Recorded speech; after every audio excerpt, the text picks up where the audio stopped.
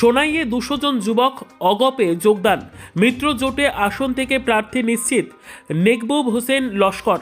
অসম যুব পরিষদ কাছাড় জেলা কমিটির উদ্যোগে সোনাই বিধানসভা সমষ্টিতে প্রায় 200 যুবক অগপে যোগদান করেন। এতে দলের সংগঠন শক্তিশালী হয়েছে। কেন্দ্রীয় সম্পাদক নেকবুব হোসেন লস্কর বলেন, মিত্র জোটের সোনাই থেকে অগপ প্রার্থী প্রায় নিশ্চিত, বিজয়ের সম্ভাবনা উজ্জ্বল। সভাপতি রূপন মোদক জানান, যুব সমাজ আঞ্চলিক দলের প্রতি আস্থা দেখাচ্ছে। অনুষ্ঠানে জেলা নেতৃত্ব রূপন মোদক, চিত্তরঞ্জন সিনহা, আজউদ্দিন এম, পিঙ্কি সিনহা সক্রিয়।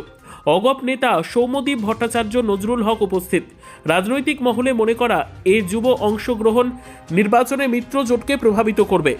গণপরিষদ দলের নীতি ও আদর্শে অনুপ্রাণিত হয়ে আজ যোগদান করা প্রত্যেক যুবক ভাইদের আমি অসম গণপরিষদ দলের পক্ষ থেকে আন্তরিক অভিনন্দন ও শুভেচ্ছা জ্ঞাপন করছি।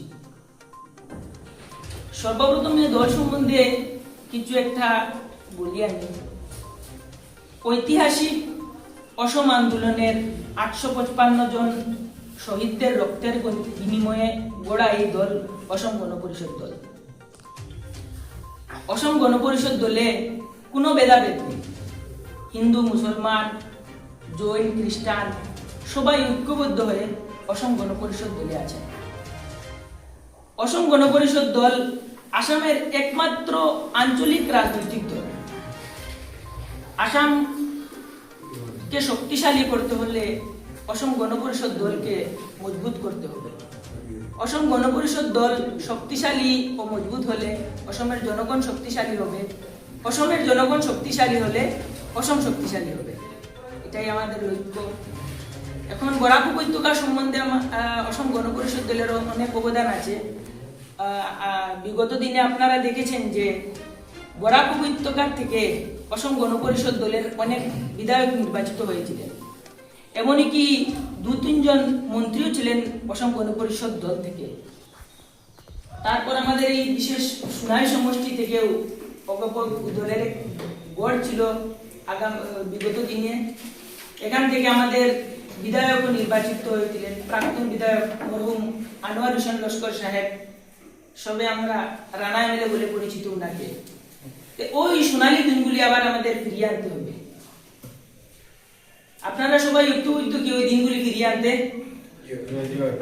আমাদের ওই দিনগুলি আবার ফিরিয়ে আনতে হবে। এবং এই মঞ্চের মাধ্যমে আমি বিশেষ করে আমাদের সংখ্যালঘু সম্প্রদায় এবং যুবক ভাইদের বলতেছি যে আপনারা আর এই ভোট ব্যাংকের রাজনীতির শিকার হবেন না। এই ভোট ব্যাংকের রাজনীতির ফলে বৃহত্তর সংখ্যালঘু এলাকাগুলি বিভিন্ন সরকারি প্রকল্প থেকে বঞ্চিত হয়ে থাকে। প্রায় সময় বিভিন্ন উন্নয়নমূলক পরিকল্পনা থেকে বঞ্চিত হয়ে থাকে। তাই আমরা আগামীতে আর যেন এই ভোট ব্যাংকের রাজনীতির শিকার না হই, ইহাই আমাদের মূল লক্ষ্য।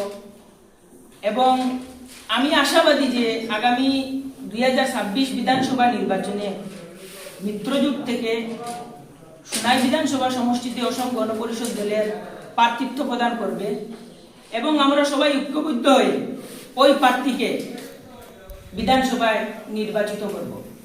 আমি আমার বক্তব্য আর দীর্ঘায়ী না করে, যেহেতু যোগদান কার্যসূচি এখনো বাড়তি আছে, সবাই প্রতি আবার কৃতজ্ঞতা ও ধন্যবাদ জ্ঞাপন করে আমি আমার বক্তব্য এখানে শেষ করলাম।